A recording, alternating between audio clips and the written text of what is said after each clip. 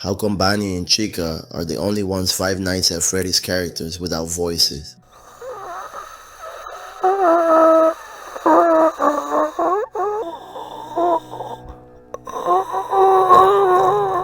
Bonnie and Chica being voiceless in Five Nights at Freddy's 1 plays into the game's core design philosophy, creating fear through silence and the unknown. The original Five Nights at Freddy's was developed quickly with limited resources, so Scott Cawthon focused on atmospheric tension rather than detailed character personalities. Bonnie and Chica's silent presence actually heightens their creepiness. Without voices, their personalities remain more enigmatic, making them appear more like mindless, malfunctioning robots. This lack of characterization helped maintain the mysterious nature of the animatronics, forcing players to project their fears onto them. The lore behind Bonnie and Chica evolved as the series progressed, leading to the introduction of voices in later games. For example, Ultimate Custom Night and FNAF, Security Breach gave both animatronics voices that reflect their personalities. Bonnie as a laid-back rock star, and Chica with her food obsession.